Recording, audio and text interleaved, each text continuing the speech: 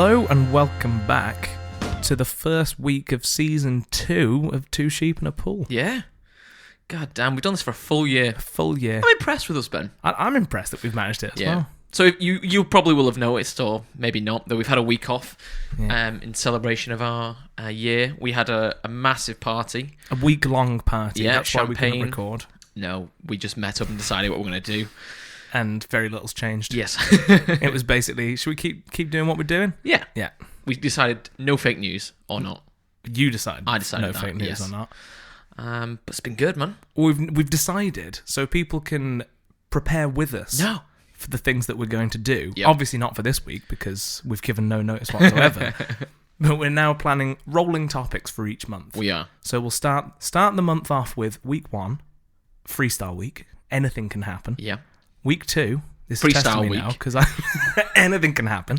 No, what do we say week 2 is? A game. A game Some or a sort of quiz game. or something like this. Something We'll just see like what's that. on BuzzFeed on the day, something like that. So it'll basically be wing it on the freestyle week, wing it on the game week. Yeah. Then we can't wing it for the next one because that's research week. I mean, I try that every time we do research to try and wing it, do you know what I mean? So that's going to be a conspiracy or a murder conspiracy. And then we're going to finish the month off with a review of something, whether it's a current film or a classic film that we've not seen. Yeah. But in true Two Sheep style, we're doing another review for Freestyle Week. Yes. I was trying to hide it, but I realised that we title all of our episodes with what we're talking about. So we'll be talking about Joker in a bit. So But if you anyway, want to see it before we talk about it, now's a good time to pause it, go and watch it, spend all your money on seeing they it. can listen to all the preamble first. No, they can't. Okay, you're not allowed to listen. Yeah. Anyway, that's all of the new things that will be going on. What have you been doing this week? Well, we put an offer on a house. Yeah. It got accepted. Yeah. And then we did a survey on it, and the survey said we can't believe it's still standing up, basically. So we redacted our offer. It's probably wise. Said we don't want to live there anymore, which is a shame because we did like the house. Yeah. But however, it would have fallen down around you after a month of living the there. search goes on. The search goes on. So well, that's a shame. soon we'll have a new house, and you'll have to come and see that. Yeah, and ours will be an old house by then. Aye. Yeah. Shall we move? Have you got any complaints this week? No. No Obviously not off is the an top of my- acceptable answer. Yeah, off the top of my head, nothing. I have a complaint, and I think that you might be able to elaborate on this. Okay. So I was in a shop. I've been there. You've been there. Well, it depends which shop it is. I understand. I want to preface this. I understand why he did this, but I think common sense should have overruled it. Okay. Okay. I went to buy some paracetamol. Took it to the till. The guy said, "Have you got any ID?" Ooh, for paracetamol. For paracetamol. And I said, "What's the age for paracetamol?" And he said 16. Mm-hmm. And I said, "So do you think I'm under 16? Mm-hmm. Like, because I was just like, realistically, do you think I'm under 16? Yeah. And he was like, "No, but you need ID." Yeah. And I was like, okay, I had ID. I wasn't going to not show him, so I did. Took the paracetamol and left. And I was like, really? Was this? Do you want to name the type of store? It was a Sainsbury's. Okay, so they probably have the same kind of thing that we do. Ours is that we have it for energy drinks, where it's you have to be over 16 to buy them. Yeah. But Tesco's policy is think 25. Yeah. We have to think look at you. Are you over 25? Are you 9 years older than the age thing? Yeah. To say whether you can buy it without ID or not. Yeah. If anybody from Tesco's listening, I always check if I think they're over 25. And if you're not from Tesco, fucking bollocks. If you look over 16, I'll just put it through. Because most of the time you can't tell. I actually ID'd someone today because they looked about 17. Yeah. I was like, I'm not sure how old they were. And they were was 18. Was They that were for 18. alcohol? That was for an energy drink. An energy drink. Yeah. For alcohol, I'm way more strict. That's why if I'd been buying a crate of beer or something like that, I can understand the 25 rule. Because I've heard of that and it makes complete sense. But when it's something like paracetamol, I'm clearly not 16 or even remotely in that area. Yeah. I was just like, come on. Like, I get what I get. Yeah. Yeah. But really. I think that you have to be a certain kind of person that won't bend on rules like that. Yeah. And you probably don't function in society as a normal human being. I think what it was he was, I think, clearly quite a lot younger than me. So I think it was kind of like maybe this is my first job. I can't deviate from this in the slightest. Very black and white. Just say how it is, Ben. He's a dum-dum. He's a dumb shit. I don't want to rail on him for doing his job, but I just thought, for someone who has worked in that scenario, would you have done the same? I wonder if it's a legal thing, because I don't think it is. I don't think paracetamol's a legal thing. That'll be just like Tesco's company policy. Yeah. In the same way that I don't think energy drinks you have to be over 16. I think that's just a Tesco policy. Yeah. So anyway, that was my complaint. Yeah. People that work in shops, bunch of dickheads. Everyone's a dickhead. Don't just focus it on people in shops. Right, have you got any news this week? I do, yes. I do. Right, let's move on to News Bleat.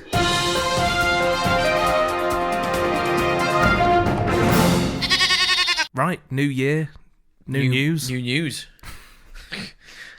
New Bleat. New Bleat. New Bleat. Go on, what you got? So do you know of R. Kelly? I do. The rapper / singer? Yeah. Singer. And he's in jail for sex with underage people, minors, paedophilia and stuff like that. Well, R. Kelly's lawyer is complaining that he can only visit one of his girlfriends at a time. Okay. So he's made it like a complaint to the jail, saying that he can only meet with one girlfriend instead of his multiple girlfriends that he's got. That would suggest that the multiple girlfriends are cool with it. Yeah. Well, they know each other, maybe? Maybe. Or that he just doesn't care enough. They'll just have like 6 of them come round, form maybe a queue. He just wants to see them fight. Yeah.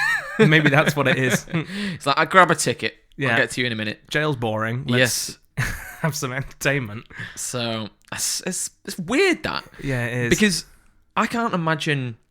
Has he been convicted yet? I've got to say, I've not followed the story close. Oh, I know that he has had things against him from that nature. Yeah. That's about as much as I know. Yeah, I'm not sure he's convicted yet. So, innocent until proven guilty. But still, why would there be so many people that want to visit him in jail if they know there's other people that want to visit? It's very strange. Yeah. It's slightly off topic, but also on topic. What's your feelings on... So very recently, I played a wedding where their first dance was to an R. Kelly song. And I was a bit like, I don't know where I stand on if someone's had convictions come out like that. Should that affect the song? Yes, in people probably. Enjoying it is what I mean. Because you know what I don't hear anymore is any Rolf Harris songs. No. But I don't imagine many people want Tie Your Kangaroo Down as their wedding song. Well, it was especially weird because it was a first dance at a wedding. So I was like, you're not subjecting like public to... It's not like a radio host playing it. Yeah. Not controversial in that way, but would you want that as your first dance? What was the R. Kelly song? It was Ignition. Is that a first dance song, really? Like, I mean, each to their own. I think they were trying to do let's not do a traditional wedding. Let's do a wacky... Not wacky, it was still a wedding. But you know what I mean? I think they were trying to be different by doing it. I mean, fair enough. It's a good song. Yeah. Well, I'm not sure I would have it as my first dance. No, or I can't say I would play it, but I mean, innocent until proven guilty. Has he not been proven guilty? I think he's just facing charges at the moment. Okay, well, let's move on before we get ourselves into hot water. Have you heard of the new open world video game where you can play as a cat? No. You've not? Let me sell this game to you. I should have opened this before I started talking, so give me 1 second. I feel like there are open world games where you play as a cat, but like an anthropomorphic cat, like Ratchet and Clank is one of them. I've not played them. Not played it. Jack and Dexter. I feel like one of them is a cat. Well, this is like an all-out cat. So the game is called Peace Island, and it is a game that revolves around a group of feline detectives going on adventures and solving mysteries. So it's set on an island where all the humans have disappeared, and you've got to work with your cat friends to work out what's going on. Like why they've disappeared. I think so. I don't really know much more than that, but it's quite like it's a realistic... I'll show you a little picture. It's like a realistic look at... It's not a cartoon cat. I feel like I've seen an image of that, yeah. But it's actually made me really intrigued to play this game. Do you just go around being like a dickhead? Do you go around just like knock stuff off the edge? Being a bellend. No, that would be called Cat Simulator. This is a cat detective game. Right. But yeah, that's currently in development, and I hotly await its release. Right. Speaking of animal games, have Go you on. seen Untitled Goose Game? Yeah, I have. Where that you do play a dickhead goose. Yeah. And you just go around stealing stuff, Yeah. being an absolute jack. It looks amazing. I played it at my friend Tom's. Amazing. Amazing. It's great. It's because the art style for that is kind of cartoonish, but it looks like they've really spent time on getting the goose movements. Oh yeah. Like, it looks like a dickhead goose being a dickhead. There's like you don't have total control, but you have enough. Like you have a button that just like puts your wings out, like so you look a bit more intimidating for like no other reason than like you can control your wings. Yeah. And then it's like moving forwards, and then you can basically put your head up and down. So you can control all of that. Yeah. I love that. Have you got a peck button? It's got a honk button. A honk button. And you can like bite stuff. Yeah. So you can like steal stuff. So you like take some keys or take a carrot and run away from it. And it's real. That's something I would recommend. Yeah. Is the Untitled Goose Game. Great. I love that we live in a time where I realise that most entertainment industries have become massively oversaturated, but I think that's a good thing too. You can get a game where you can play a dickhead goose and control its honk. Yeah. And you can play a game where you're a cat detective. I love that that's a thing. Is that just because stuff is so just oversaturated, with becoming abstract now? Yeah. That's as it should be. Fair enough. Fair enough. I've got one last bit of news that I thought that you could elaborate on again. Oh. Is it man goes to shopping centre and buys paracetamol? Complains to local news. Chess. I've heard of that. Chess is a thing. So I saw a stat, and I then read the article because I was intrigued by this stat. Oh, okay. Chess grandmasters are so stressed during tournaments that they lose about 1 kilo of weight, roughly 2 pounds, a day. I can believe it. So apparently, studies have found that chess players can burn around 6,000 calories a day during tournaments, and they sustain elevated blood pressure for hours in the range found in competitive marathon runners. So I can believe it. More and more grandmasters apparently are adopting like an elite athlete lifestyle to help them play tournaments. This never entered my head. Oh yeah, it's like it's so intense. So Yeah. an easy way for me to put this to you is: have you played video games? Yeah. And your heart rate elevates. Oh yeah. And you're breathing deeply. Well, it's like that, but it's for 4 hours, 6 hours long. Yeah. Yeah, it can be super intense. Like I've done tournaments, and at the end of the day, you're goosed. Like you're absolutely Dickhead goosed. you're knackered because you've just been like working intensely. Your brain just going, and it's like I've seen it where they've done tournaments where they'll put heart rate monitors on chess players. Yeah. That's really interesting because you can see when there's a move that surprised them because your heart rate shoots massively up because it's like So that's crazy. it. But you have to like poker face it. Yeah. So I'd seen it on a similar strand of things because I've never experienced anything like that in. If I'm doing exercise, I experience heart rate getting higher, but not in like a snap moment like that. Because I was watching I can't remember his name, but it was like a world champion arm wrestler, right. and he said one of the reasons that he's so good, like they did tests on him with heart rate monitors. The second he walks out, his heart rate went from like 60 beats a minute to 210 before he started, just like amped up. Adrenaline. Ready to go. Do you not Well, feel like that? I have a little bit, but nothing to Yeah. that degree. For I know arm wrestling's physical, but it's before he started. Yeah. I never thought for something for 4 hours in a chess game. That never entered my head for something like that. Yeah. They were interviewing. Do you know? Is it Caruana? Caruana, yes. Caruana. They were kind of talking through his day, and he said in recent years he's completely adopted this new lifestyle of like diet plans, running 5 miles a day, followed by tennis, followed by like he was living like an elite athlete for this. They said the one other thing I saw was in 1984 they had to call off a tournament for the World Chess Championships. There was, is it Anatoly Karpov versus Kasparov. Yeah, so it said over the course of 48 games, he'd lost 22 pounds. Yeah. And they had to call it off on health grounds. Yeah. Crazy. Yeah, because back in the day, Back in the chess day, you would basically play until someone had a win. If that makes sense.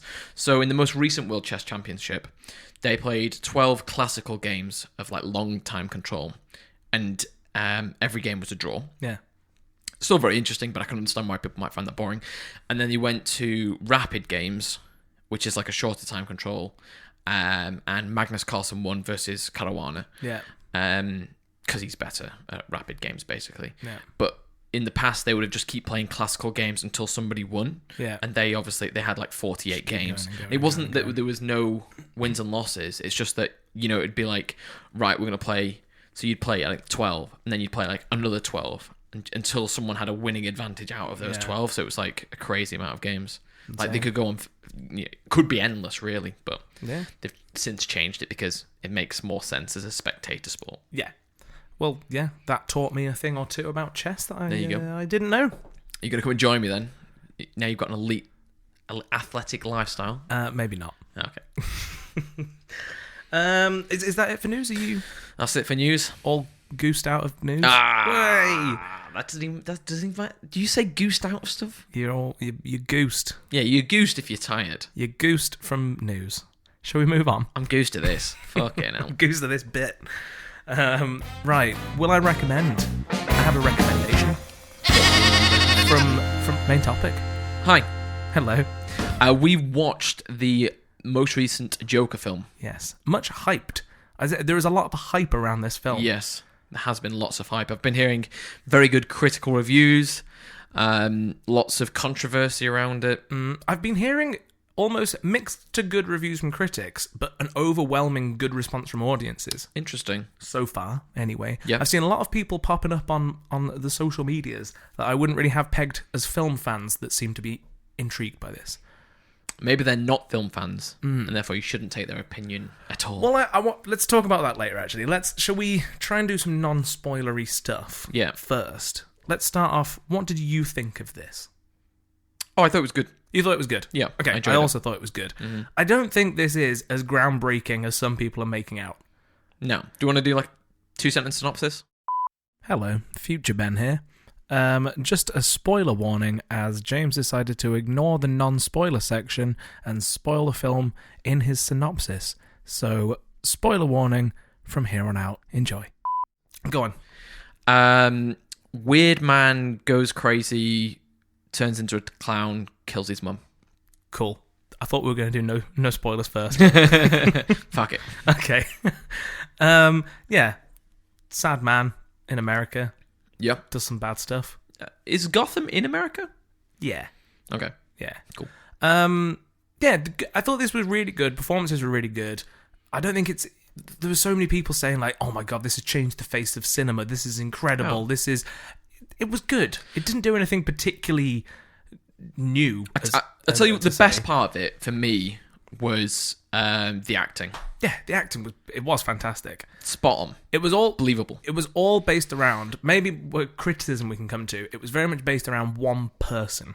Yeah. It was all very centric around him. And I'm not saying necessarily whether that's a bad or a good thing, but I've seen a lot of criticism saying its female cast was very underserved.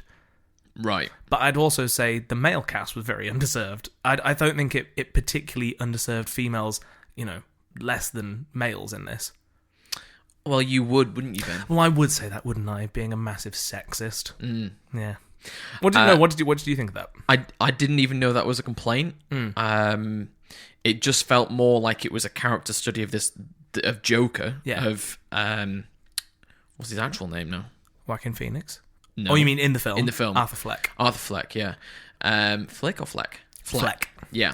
Which some people have said is a reference to Ben Affleck playing Batman. I think that's a massive coincidence. But Interesting. Yeah, it focused so much on him solely. Yeah. That everybody else is like a truly supporting character. Like, yeah.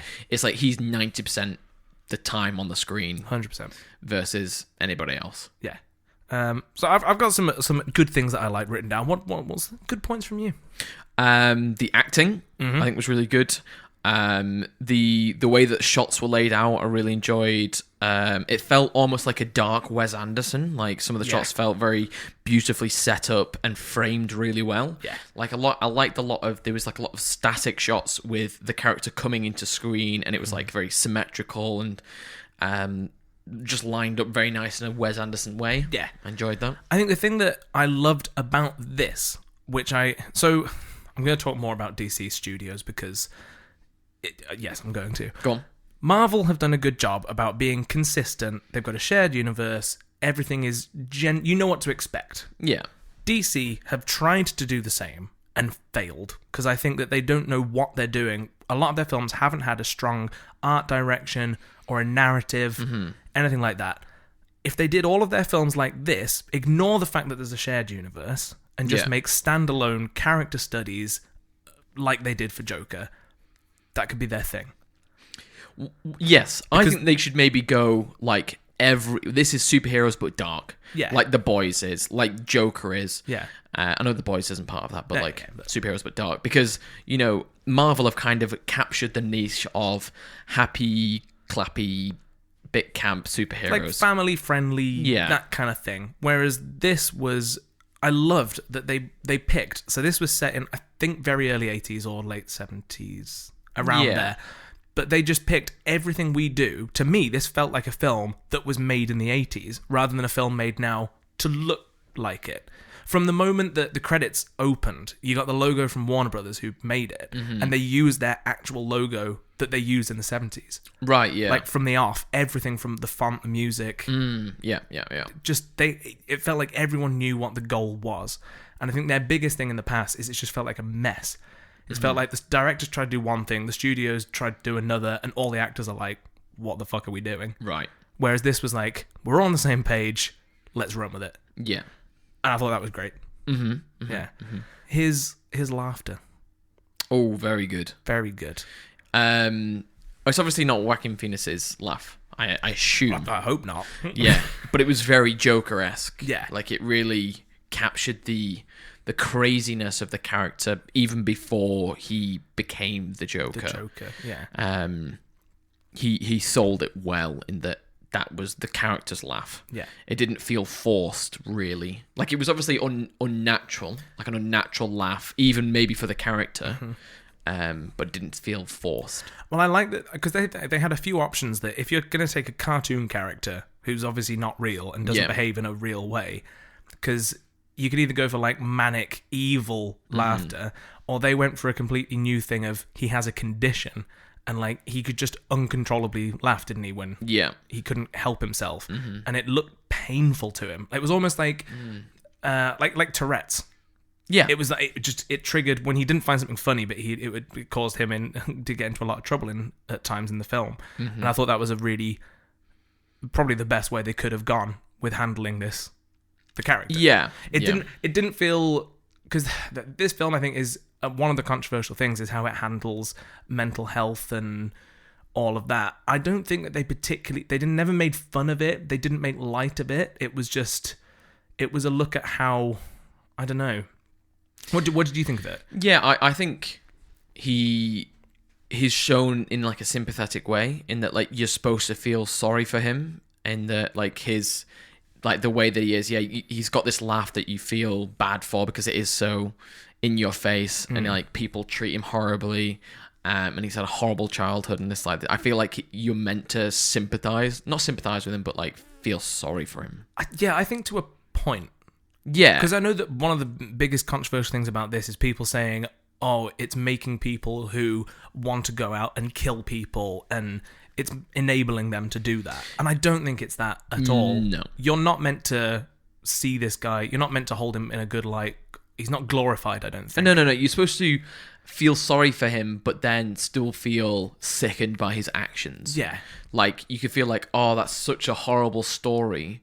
But then you hear stories like that, not every day, but like he as a child was abused by his mother's boyfriend, and his mother was just like horrendous to him, and she got sent to a mental asylum, and he was like looked after for a while, and then she was lied to and all this different kind of stuff. And you hear about stories like that in the news, and then very rarely do you hear them coming out as being a murderer or something like that, and that you are still supposed to be horrified by his actions, even though you can understand why he's done it. Definitely. I think there's a point in the film, I don't exactly know where I'd pinpoint it, where you have to let go of feeling sorry for him and just be like, okay, what you've done's unforgivable now.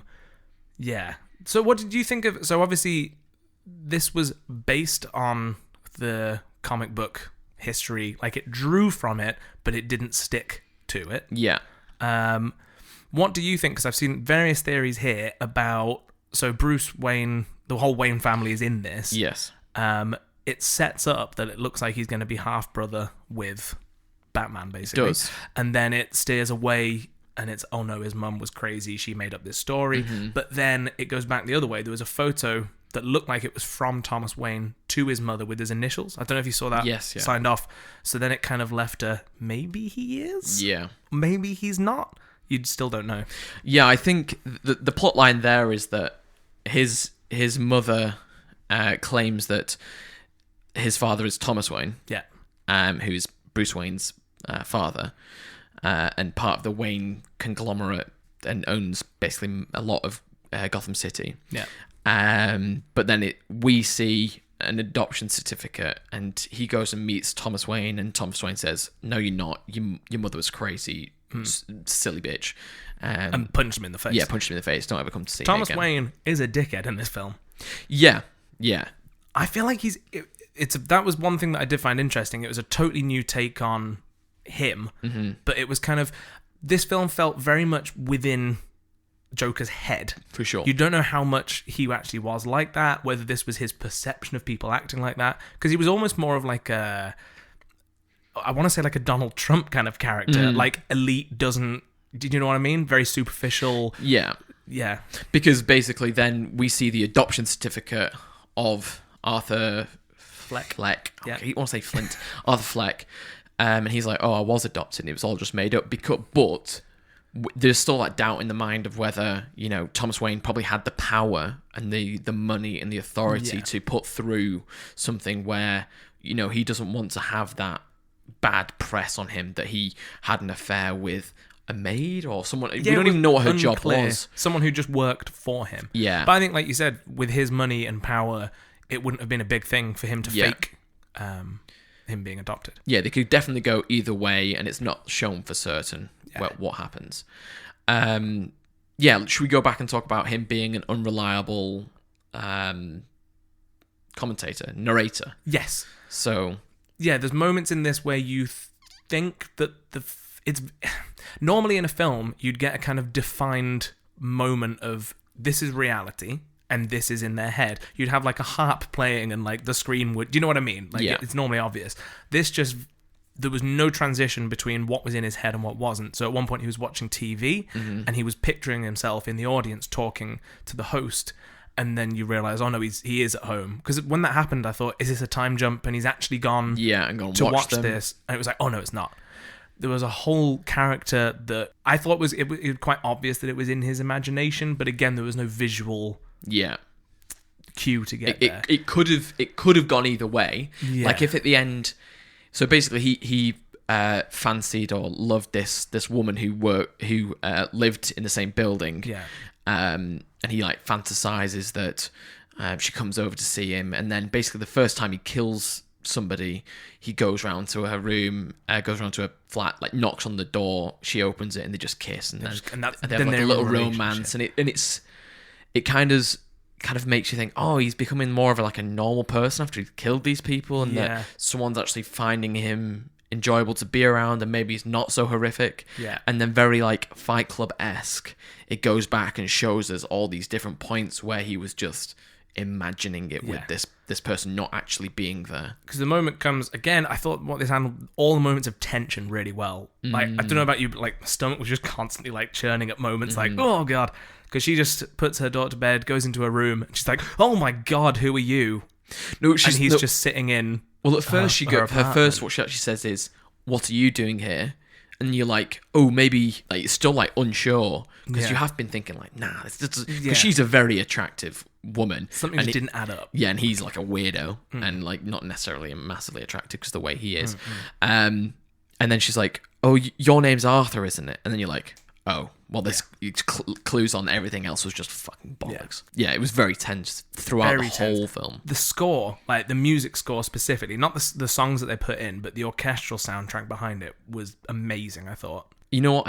I didn't pay attention to it. Yeah, which is probably a good thing. Yeah, it was just one of those things that it was very Christopher Nolan does it a lot in his films with using it as almost like a science to add tension rather than like emotional moments. It was just like drones and stabby bits that just kind of hit you and unsettle you. I think thought that was great. I think because I didn't notice it means it was good. That makes sense. If I stuck out in my mind, then I've been like, oh, that's bad. But yeah, like you said, it just built tension. Yeah, I went with a few friends afterwards, and one of them was like, I didn't like it because it made me feel so tense throughout. The best description I've heard of this is you don't enjoy Joker, you endure it.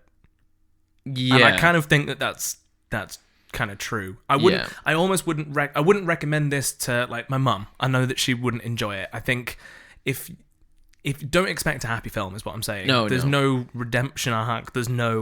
I'd compare it more to a horror film, but not in the way of it's not a horror film, but you know how there's a protagonist there's no reason for their killing. You're not meant to sympathize with them. It's more that it just follows a thread of you don't watch this to sympathize or enjoy what they're doing. No. You just experience it for what it is. I asked someone after we came out of the film, I was like, what's the takeaway from that? What's the moral of the story there? And it was like, we couldn't think of one. Yeah. You know, you're just watching this character go through a range of emotions and basically turn crazy.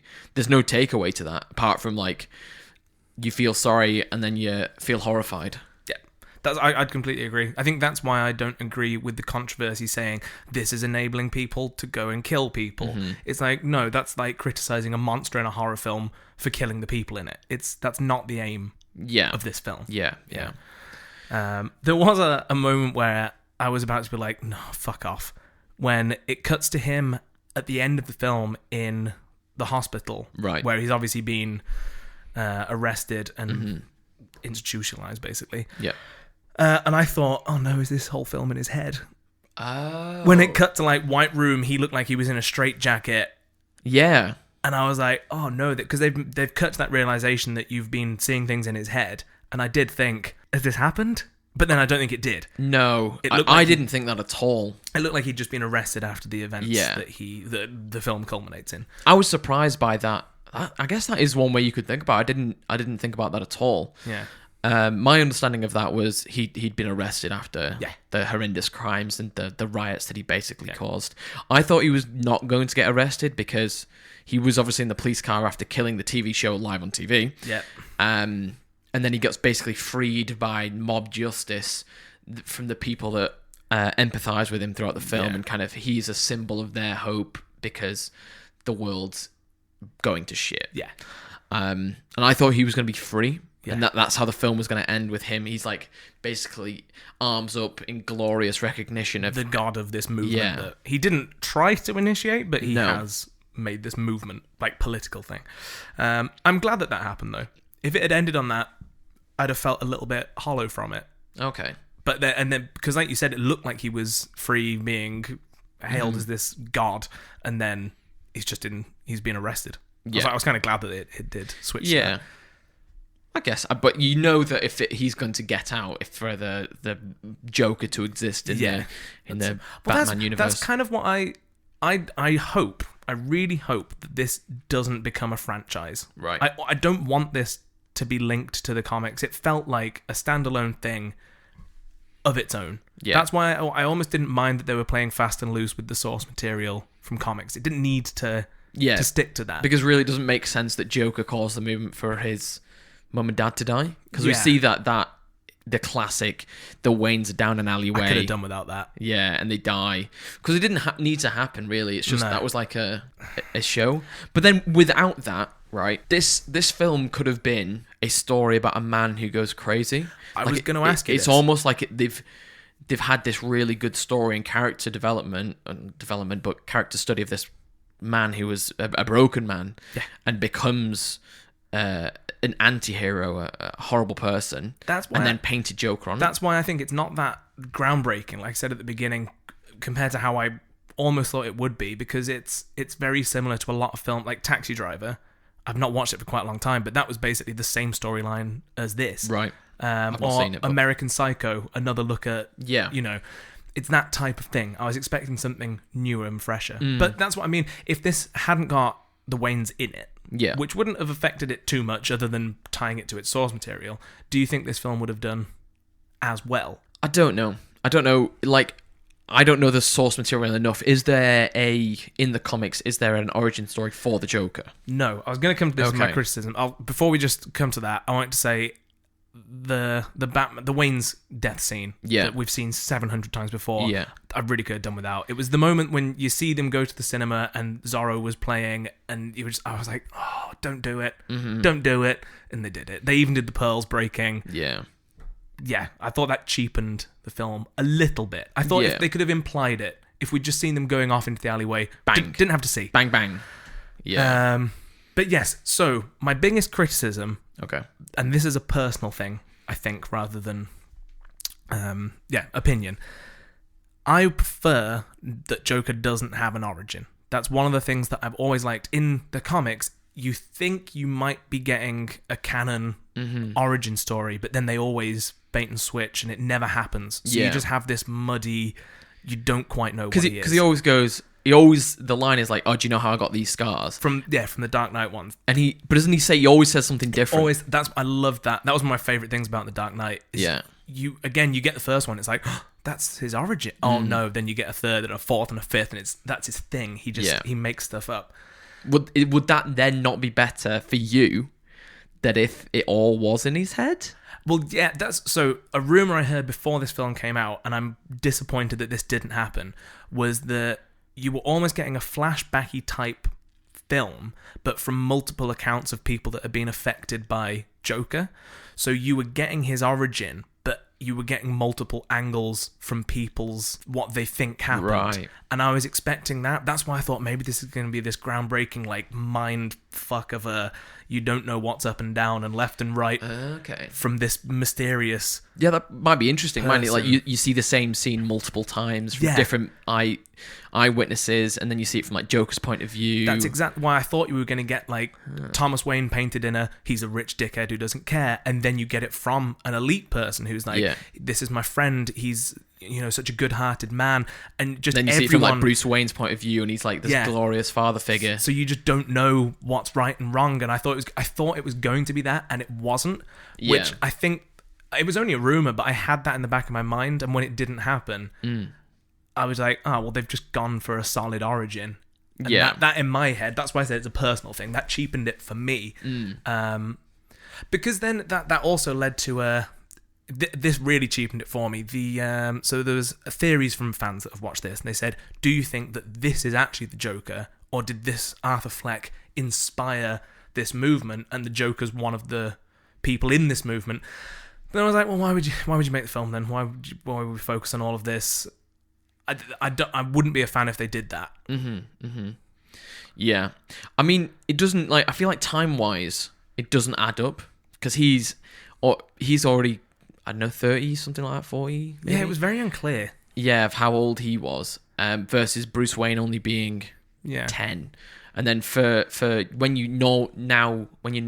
when Batman is normally his normal age, when he's actual Batman, he's, I don't know, mid-20s, something like that, maybe? 30, something like that? Yeah, what Joker will definitely be substantially older. Yeah. By about 20 years or so. Yeah. Which could work, but again, that's why I said if this is standalone, not part of a franchise, that's fine. It's fine.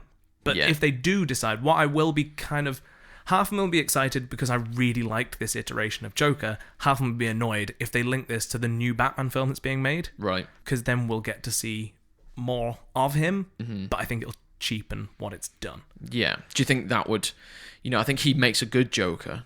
Yeah. But if this is 20 years down the line, I wonder how, are they just going to ignore that? Do you know what I mean? I think they could age him well, because Joaquin Phoenix isn't a young guy now, but they did. It was ambiguous, like we said.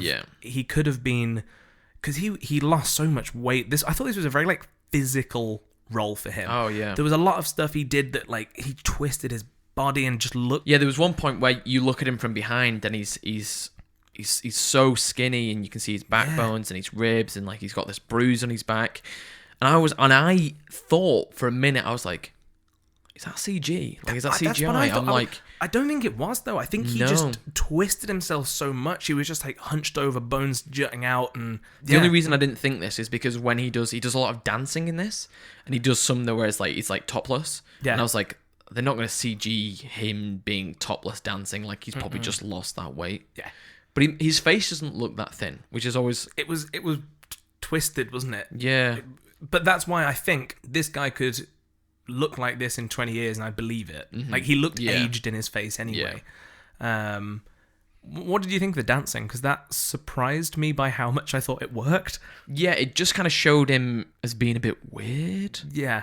Like, it was just like a weird quirk that he did, and it's something that he enjoyed doing. And then, I don't know, nobody else really sees him doing it. Yeah. It was just very watching a man on his own dancing on his own. That's like no one's watching, I suppose. Yeah, I feel like it was put in just to make you feel awkward watching it, to endure that. It did it. Like when he killed those the 3 Wall Street guys that kind of triggered off all this movement that he did. He went and just did some interpretive dance in a bathroom after murdering them, basically. Yeah. But I think it just added to that. Like, in one way, this was a comic accurate Joker. In other ways, it was really far from that. But he definitely nailed that. The dancing added to this clown-like quality. Like, it almost amused himself. Like, the way he moved, he had this kind of dancey... It was almost like he was always wearing clown shoes that were too big for him. Yeah. Like, at the end, when we see he's murdered that person that was looking after him in the hospital, and he's walking down, like, blood trail behind him, he's kind of just, like, dancing to himself a little bit. Not fully dancing, but just little quirkiness. He also had, like, a bit of a limp as well. And that's why I think that's the only realistic way they could embody this Joker character. I don't know, it's completely twisted, but he's amusing himself. Like, he finds it funny and no one else gets it. That's what he says, isn't it? Yeah. You wouldn't understand this joke when he's laughing. And I think that's why there is that controversy, because there's a contingent of people that might feel that way as well. And then for them to see, maybe they empathize with him and maybe they feel isolated from communities like he has. For them to see, oh, well, this is how he's dealt with that. I can understand why there might be controversy. But it's all like, someone's put some wood together. Well, you shouldn't do that because there might be a fire. It's like, well, why don't you wait and see if there is a fire and be ready for it? Do you know what I mean? It's like jumping the gun, isn't it, before anything's happened? Yeah, I understand. I feel like we've said it a few times now. I understand the argument that people are saying that someone could sympathise with him and have those thoughts. I don't think that this would enable anyone any more than any other film with violence in. No. Like, realistically. What do you think it would do it more than video games? No. What if there was a Joker video game where you kill people? Nah. Right. Best part for me was Joaquin Phoenix's acting. I thought it was spot on. Really made me feel uncomfortable. The character was totally believable. That was my favourite part of the film. Yeah, I think they achieved what they set out to do. Yeah. I think it was to make people uncomfortable. Yeah. It's a great acting performance. Yeah. Do you think, because there's a lot of buzz around this, should he be nominated for an Oscar? I think he could be. And I think rightfully so. Yeah. But I don't think he would win, because I don't think it's like an Oscar film. No. But, okay, segue. I was going to talk about this in news, but this leads onto it quite nicely. Do you think that the Oscars should be closed off to a certain type of film, or are blockbuster movies, because I think this is somewhere in the middle, should it be open to everything? I mean, I think it should be. Yeah. But it often isn't. Yeah. Do you know what I mean? The more... This is like artsy-fartsy / because it's a superhero film. Yeah. Do you know what I mean? I think the Oscars don't want to be associated with the superhero genre, happy-go-lucky. They prefer, like, artsy, more... I don't know how to even describe it. Well, the thing I was going to say that I wanted to link it to that came in the news, so Martin Scorsese, who this film is based a lot of, his ideas and films that he's made, he came out, I've not got the quote in front of me, but it was the effect of, these Marvel movies, they're not really film. No. What do you think of that? I can see it. I can understand why people feel that way.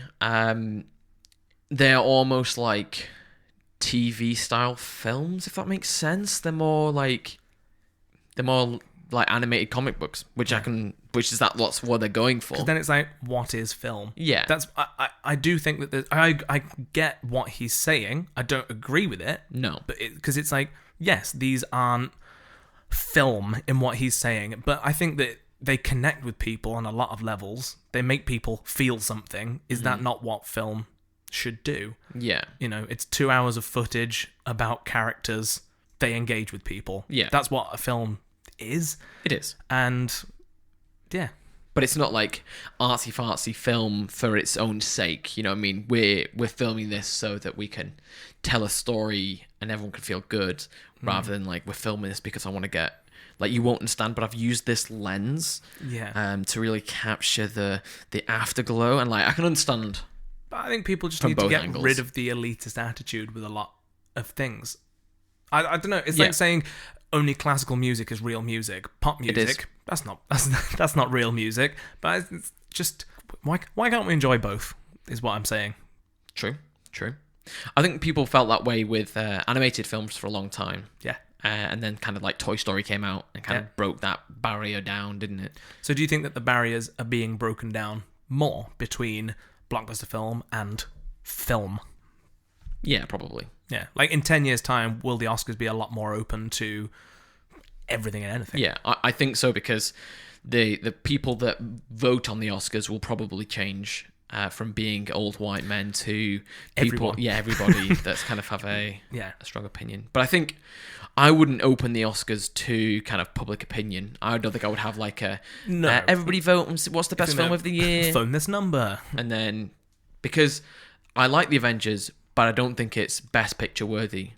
Even though because obviously it's earned the most money. Yeah. Therefore, it's the Best Picture. Do you know what I mean? Is that how it works? Do you know what I mean? I don't think that's something that should happen, but I think that if you had someone from Disney on the board, if you had I don't know, I think the panel for the Oscars needs to be a lot more open, with not just people from, a blockbuster background and not just people from an artsy-fartsy film background. Just, it needs a mix. Yeah. Like, I could accept that. I could accept that Avengers Endgame could be nominated for an Oscar. I could get behind that. Yeah. They've put it forward for like a ton of categories. They're pushing hard for it. Yeah. I would never give it the Oscar. No. But I would accept it being nominated. Yeah. And I think it is deserving of some things, maybe like the special effects. Yeah. They should get more, because that's a big thing, is that CGI and motion capture in itself should have its own category, maybe. For, this isn't not new, it's been around a while now, but it is an art within itself to act through that. I'd give it like maybe best marketing. Best is that a new category? Best marketing of 2019. Yeah. Best nostalgia, best heartstrings. I don't know. What would you give it bar-wise, Ben? I'm struggling with this. Okay. I don't think I can give it 5. No, it's not 5 bars. I think it's definitely more than a 3. I think it's a 4. 4 seems reasonable to me. I give this 4. I just still wish. I think that a better film could have happened with the director and actors that were used. Yeah, I feel now that you've spoken about it, I'm kind of sad for the film that this could have been. That's what I'm saying. I left with this thinking, I really enjoyed this, but I was expecting that idea that I have said or about to say, and I wish that had happened. So 4 stars. That film, if we'd made this, that would be 5 stars. Although if we'd made it, it'd be very low budget. Very true. It would have been, who'd be Joker out of you and me? I think you've got more the hair for it. I do. I'll be... Neither of us. I'd be directors. We're like the Russo brothers. I'll be... who could I be? I'll be little Bruce Wayne. Yeah. And you can put my face in that weird little smile that he does. Yeah, very weird. Yeah, that's it from me. That's it from you. Well, before we finish this, a new thing that we did from last time, we have a 2-sheep leaderboard for films. It was slightly controversial between us that Star is Born ended up at number 1 above The Godfather and Endgame. But that was the scoring system we decided, so we're stuck with that forever now. So the new thing we're going to do is anytime we review something, it's going to go into this leaderboard. Slip it in. So, Joker. Yeah. I think we can both decide that it's in our top 10 because the bottom few are shit films, and I think that we liked this. Yes. Have you got any thoughts immediately on where this might go? I scribbled this very quickly, so you probably can't read what any of this leaderboard says. I would maybe say above Rocky 3, but maybe below Bandersnatch. I was about to say, I think that this is above Bandersnatch, but maybe not above Die Hard. Okay. For me, I think this was far better than Bandersnatch. Because I really liked it, didn't you? Yeah. So, I'm happy to take it above Bandersnatch. Are you happy to? Yeah. You sure? Yeah. Okay, well, this takes our new number 5 spot. Mm-hmm. And everything shuffled down one. Everything goes down one. All right, well, so I'll be putting this on our website today for anyone who wants to keep up with our Two Sheep leaderboard. Joker, number 5 best film of all time. According to us. Films that we've seen since we started the podcast. Out of 15 films? I think the pool's not too big yet. Mm-hmm. Well, thanks a lot for listening. For another year. Yeah, you've got to listen for the full year now. Once you've started, you can't stop. Yeah, tied into a binding contract. You can find us in all the usual places. Facebook, Snapchat. Not Snapchat. We've not got a Snapchat. We don't have a This is news to me. Instagram and Twitter. You can also find everything on our website. If you'd like to contact us, either through the usual social media, or you can email I'm going to say bar@twosheepinapool.com. Bar like a sheep, because I don't want people emailing bar like a sheep. Anyway, thank you very much for listening. I've been James. I've been Ben. And before you go... Did we start the episode with that? Did we not? Well, maybe we didn't. We normally do. Yeah. My name's Ben. Yeah. Anyway, the next thing that we're going to be reviewing is Terminator. We'll be back. So in 4 weeks' time... That was a good one. I enjoyed that. Enjoyed that one, yeah. In 4 weeks' time, we're going to be reviewing Terminator, all things Terminator. Mm-hmm. So if you want to catch up on your Terminator knowledge... Yep. Even the cartoon show. What? Have you not watched it yet? The cartoon show? Yeah. What network would that have aired on? TBB's. I call bullshit. I think there is one. Is it really? Anyway. Find out in 4 weeks' time. Yes. It's been great having you. Thank you as always. And we'll see you in a little bit. See you, bye. Bye. Bye.